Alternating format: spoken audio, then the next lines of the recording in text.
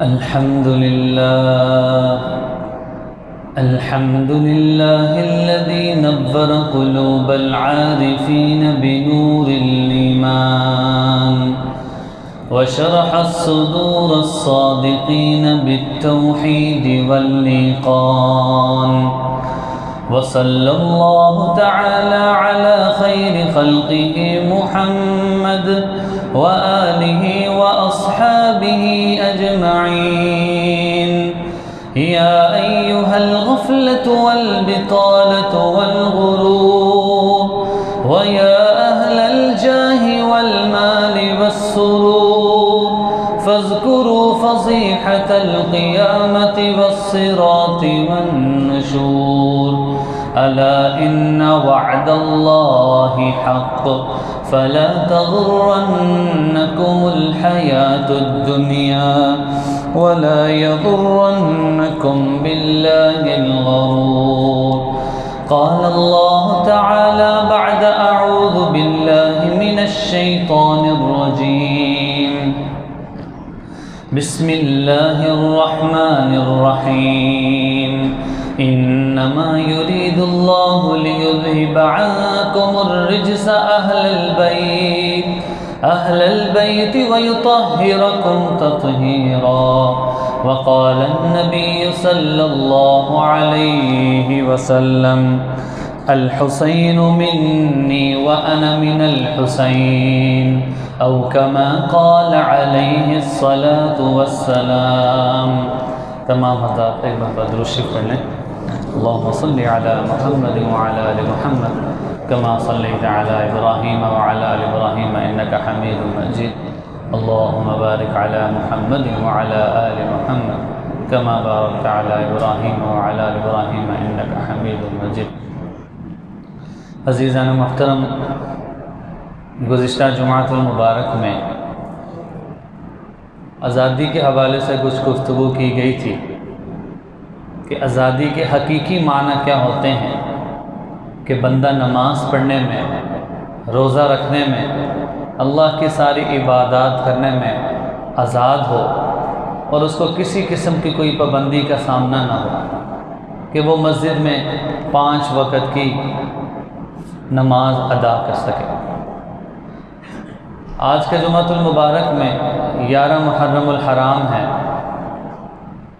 اسی مناسبت سے اہل بیت میں حضرات حسنین رضی اللہ عنہما کے مناقب اور فضائل کو بیان کیا جائے گا، کہ جس کا بنیادی عنوان یہ ہوگا کہ سیرت حسین رضی اللہ عنہ کے فکری اور تربیتی پہلو. 2 چیزیں ہیں، ایک یہ ہے کہ خطیب مناقب کو بیان کرتا جائے اور سننے والے واہ واہ کہتے جائیں. دوسری چیز یہ ہے کہ حضرت حسن اور حضرت حسین رضی اللہ عنہ کی زندگی میں ہمیں فکری اور تربیتی کون سے پہلو نظر آتے ہیں کہ جن کو اختیار کر کے ہم بھی اپنے مالک کو راضی کر کے اس دنیا سے جا سکتے ہیں. عزیزان محترم، حضرت حسین رضی اللہ تعالی عنہ نواسہ رسول ہیں.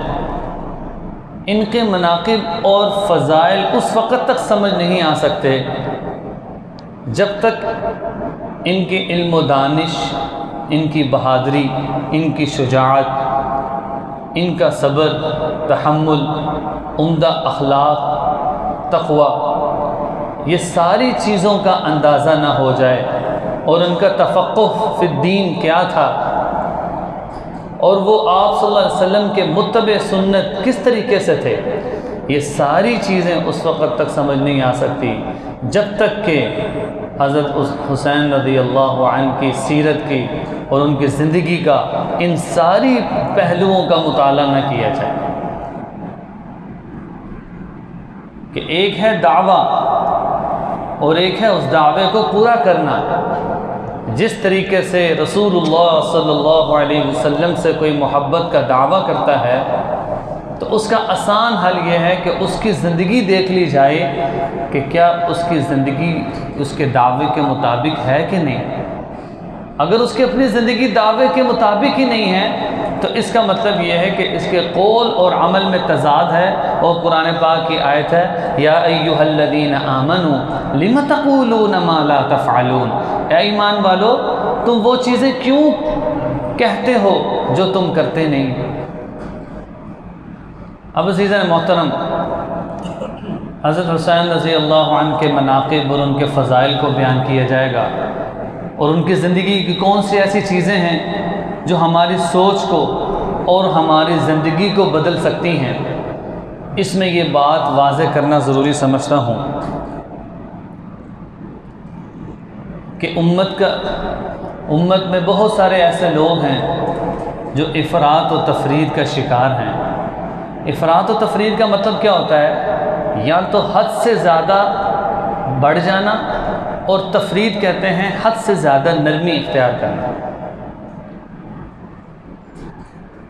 اسی طرح آپ صلی اللہ علیہ وسلم کی ایک حدیث ہے اصحابی کالنجوم، گزشتہ جمعے میں بھی عرض کی گئی تھی کہ میرے صحابہ ستاروں کی مانند ہیں، فَبِأَيِّهِمُ اقْتَدَيْتُمْ اهْتَدَيْتُمْ، تو ان میں سے جس کی بھی پیروی کرو گے ہدایت کو پا جاؤ گے۔ اب عزیزان محترم، اس نقطے کے پیش نظر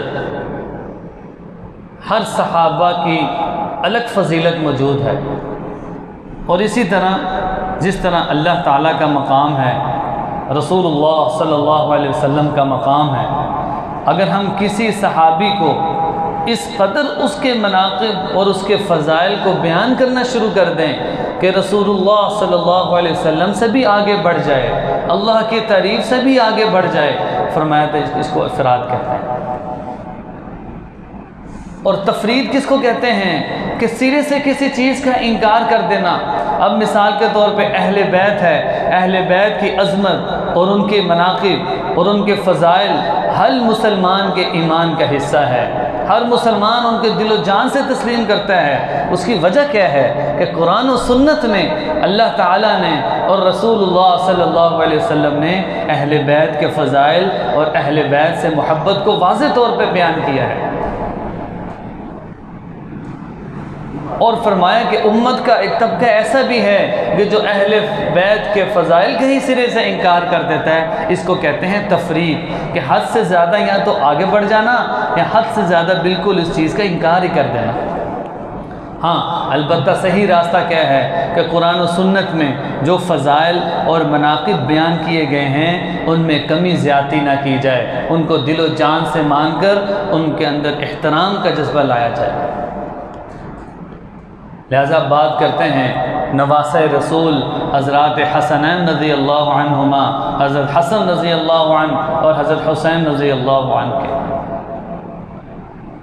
کہ یہ وہ صحابی تھے کہ جن کی پرورش رسول اللہ صلی اللہ علیہ وسلم کی گود میں ہوئی، اور آپ صلی اللہ علیہ وسلم اٹھا کر بوسہ لیا کرتے تھے، اور فرمایا کہ آپ جب سجدے میں جاتے تو حضرت حسن یا حسین آپ کے کندھے پہ چڑھتے تو آپ سجدے کو لمبا فرما دیتے۔ اور حضرت جابر رضی اللہ عنہ کی روایت ہے کہ شدید محبت آپ صلی اللہ علیہ وسلم ان سے کیا کرتے تھے۔ عبداللہ بن عمر رضی اللہ عنہ کی روایت ہے، فرماتے ہیں کہ ہم نے سب سے زیادہ آپ صلی اللہ علیہ وسلم کو جو سنا کہ یہ جنتی ہیں وہ حضرت حسین رضی اللہ عنہ کے بارے میں سنا۔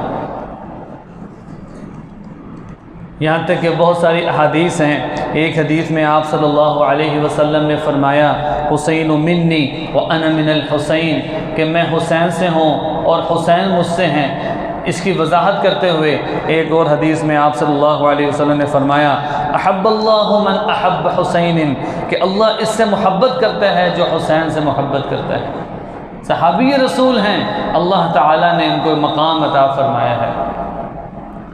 اور اسی طرح حضرت عبداللہ بن عمر رضی اللہ عنہ کی ایک اور روایت ہے فما ہوا ریحتانی فی الدنیا، کہ آپ صلی اللہ علیہ وسلم فرمایا کرتے تھے کہ یہ دنیا میں میرے دو پھول ہیں، دو پھول ہیں میرے دنیا میں۔ اور پھر اسی طرح ایک اور روایت میں حضرت جابر رضی اللہ عنہ کی روایت ہے کہ آپ صلی اللہ علیہ وسلم نے فرمایا من سر اللہ ان ينظر الى رجل اہل الجنہ انظر الحسین، کہ اگر تم دنیا میں کسی جنتی کو دیکھنا چاہتے ہو تو وہ حضرت حسین رضی اللہ عنہ کو دیکھ لو۔ تو عزیزان محترم یہ نواسۂ رسول تھے حضرت حسین اور حضرت حسن رضی اللہ عنہ کہ جن سے آپ صلی اللہ علیہ وسلم شدید محبت کرتے تھے اور اہل بیت میں سے ہیں یہ۔ اسی طرح ابو سعید خدری رضی اللہ عنہ کی ہم روایت ہر جمعے کے خطبے میں پڑھتے ہیں، سیدہ شباب اہل الجنہ، الحسن والحسین سیدہ شباب اہل الجنہ، کہ حسن اور حسین یہ دو ایسی ہستیاں ہیں کہ جنت میں نوجوانوں کی سرداری ان کے پاس ہوگی۔ میں کہ جنتی نوجوانوں کے جو سردار ہیں وہ حضرت حسن اور حضرت حسین ہیں۔ پھر اسی طرح فرمایا من احب الحسن والحسین فقط احبنی، کہ جس نے حسن اور حسین سے محبت کی، صحابی ہیں گویا کہ اس نے مجھ سے محبت کی، ومن ابغض الحسن والحسین فقط ابغضنی، اور جس نے حسن اور حسین کے بارے میں بغض رکھا اس نے میرے بارے میں بغض رکھا۔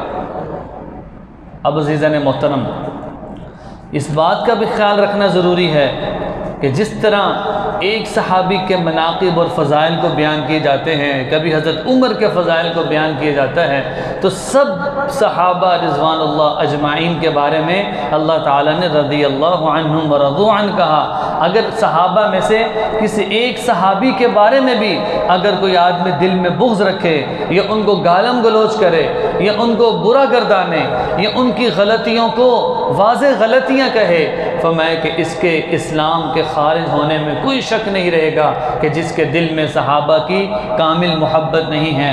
میں کہ صحابہ کی جو محبت ہے یہ انسان کا ایمان کا ایک حصہ ہے، یہ ایمان کا حصہ ہے۔ ہر صحابی کے فضائل الگ موجود ہیں۔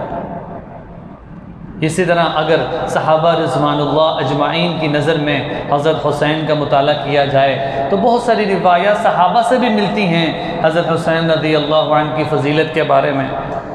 ایک روایت ابو ہریرہ رضی اللہ عنہ کی ہے، فرمایا کہ آپ صلی اللہ علیہ وسلم حضرت حسین رضی اللہ عنہ کو اپنے دونوں ہاتھوں سے اٹھا لیا کرتے تھے اور کیا ارشاد فرماتے تھے کہ اللہ اس سے محبت کرے جو حسین سے محبت کرتا ہے، اور دوسری روایت میں ہیں یہ فرماتے ہیں کہ اے اللہ میں حسین سے محبت کرتا ہوں، آپ بھی حسین سے محبت کر لیجئے۔ اور پھر اسی طرح دوسری روایت میں حضرت جابر رضی اللہ عنہ فرماتے ہیں کہ ہم نے کئی مرتبہ رسول اللہ صلی اللہ علیہ وسلم کو یہ کہتے ہوئے سنا، اتنا کسی اور کے بارے میں کہتا ہوا نہیں سنا تھا کہ یہ جنتی ہیں۔ کثرت سے جنتی جو کہتے تھے وہ حضرت حسین رضی اللہ عنہ کو کہتے تھے۔ اب عزیزان محترم یہ تو مناقب تھے ایک بنیادی۔ اب حضرت حسین رضی اللہ عنہ کی اگر ہم نمایاں تربیتی پہلو دیکھیں کہ ان کی زندگی سے ہمیں سبق کیا ملتے ہیں، تربیت ہم کیا لے سکتے ہیں، اصل چیز یہ ہے فرمایا کہ پرفتن حالات میں بھی امر بالمعروف و نہی عن المنکر کو نہیں چھوڑا۔ اگر ہم حضرت حسین رضی اللہ عنہ کی زندگی کا سیرت کا مطالعہ کریں تو اس بات کا اندازہ ہوگا کہ انہوں نے اپنی پوری زندگی رسول اللہ کی تابعداری میں گزاری۔ بعض روایات میں کہ کوئی کام غیر شرع نہیں کیا، رسول اللہ کے سنت کے خلاف کوئی کام نہیں کیا، فرمایا کہ امر بالمعروف و نہی عن المنکر جو کہ دین کا بنیادی حصہ ہے اس کو پوری زندگی اختیار کیا۔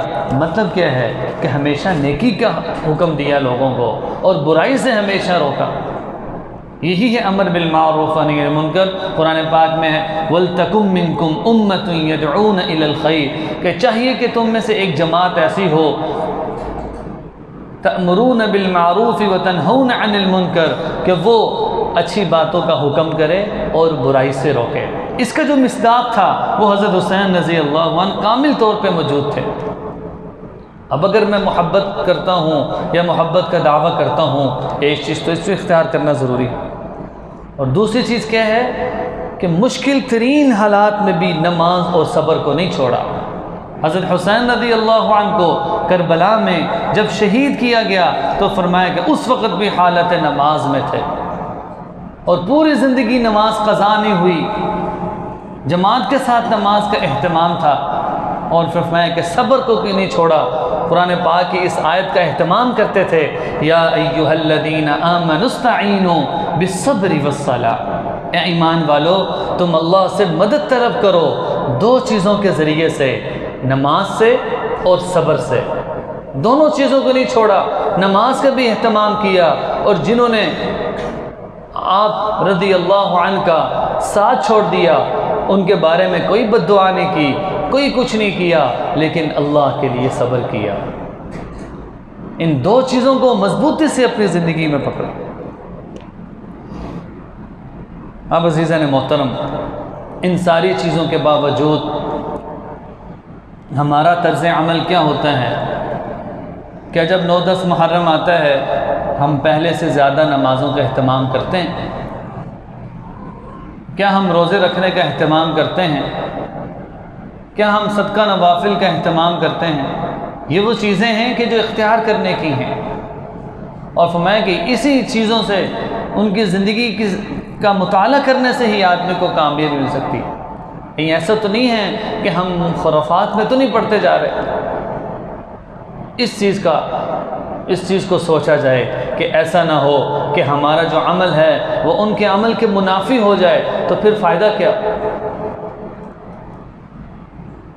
اور عزیزان محترم، یہ جو مہینہ ہے یہ حرمت والے مہینے ہیں، کیا حرمت والے مہینوں کا احترام کر رہے ہیں کہ نہیں کر رہے؟ حرمت والے مہینوں میں کسی کا خون نہیں بہانا، کسی کو تکلیف نہیں دینی، اس میں عبادات کی کثرت کرنی ہے۔ تو میں کہ اس میں اللہ تعالیٰ نے ہر بری چیز کو خاص طور سے منع قرار دے دیا، اس لیے کہ اللہ کے ہاں یہ بڑا احترام والا مہینہ ہے۔ احترام والے مہینے کا کیا مطلب ہے؟ کہ اس میں احترام کرتے ہوئے عبادات میں اپنے آپ کو آگے بڑھائیں، نمازوں کی ادائیگی میں اپنے آپ کو اہتمام کروائیں۔ تو میں کہ یہ حرمت والے مہینوں کا تقاضا ہوتا ہے۔ اور اسی طرح حضرت حسین رضی اللہ عنہ کے اگر ہم زندگی کی بات کریں تو عزیزان محترم، آپ صلی اللہ علیہ وسلم کو متبع سنت، اتباع الی سنہ کہا جاتا تھا، کہ سنت کی پیروی کرنے والے حضرت حسین رضی اللہ عنہ تھے۔ تو میں اور آپ بھی اگر ہم اپنی زندگی میں سنت کا اہتمام کر لیں تو میں کہ یہی آدمی کی دنیا اور آخرت کی کامیابی کے لیے بہت بڑی چیز، سنت کا اہتمام۔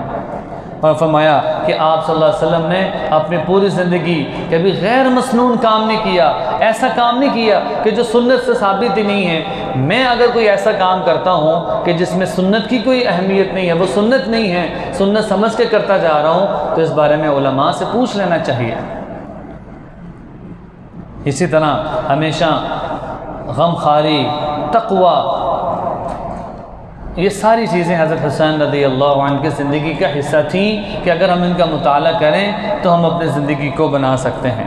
اور اللہ پر کامل توکل تھا، وَتَوَكَّلْ عَلَى الْحَيِّ الَّذِي لَا يَمُوتُ، کہ اس ذات پر توکل کرو کہ جو ہمیشہ زندہ ہے، کبھی اس کو موت نہیں آئے گی۔ اور اپنے نانا سے رسول اللہ صلی اللہ علیہ وسلم سے کیا بات سیکھی تھی؟ اِذَا اسْتَعَنْتَ فَاسْتَعِنْ بِاللَّهِ، اگر تمہیں مدد چاہیے ہو تو تم کسی کے پاس جا کر مدد نہیں مانگنی تم نے، اِذَا اسْتَعَنْتَ فَاسْتَعِنْ بِاللَّهِ۔ صرف ایک ہستی، ایک ذات ایسی ہے کہ جس کے سامنے اپنے آپ کو جھکا دینا ہے، جس کے لیے اپنی حاجتوں کو سامنے رکھنا ہے، اور وہ اللہ وحدہ لا شریک کی ذات ہے۔ اس کے علاوہ کسی سے کوئی امید نہیں رکھنی، کسی سے کوئی مانگنا نہیں ہے۔ اِذَا اسْتَعَنْتَ فَاسْتَعِنْ بِاللَّهِ، کہ جب بھی تم مدد مانگو صرف اللہ ہی سے مدد مانگو۔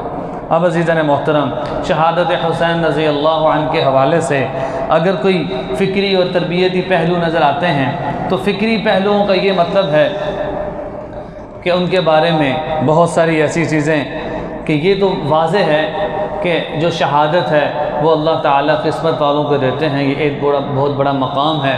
اب مزید کوئی آدمی اس میں الجھے اور اس میں لب کشائی کرے، یہاں تک کہ اعتراضات کرنا شروع کر دے، تو عزیزان محترم ایسا نہ ہو کہ چلتا جائے سلسلہ اور کسی صحابی کے بارے میں دل میں کوئی بغض آ گیا تو میں کہ یہ وہ پھر ایسا نہ ہو کہ اس کا ایمان بھی خطرے میں پڑ جائے۔ اس لیے آخر میں خلاصہ عرض کیا جائے گا کہ ان کا کیا کیا جائے، مقصد کیا ہے۔ اب عزیزان محترم، یہ ہمارا عقیدہ ہے، قرآن پاک میں آیت ہے۔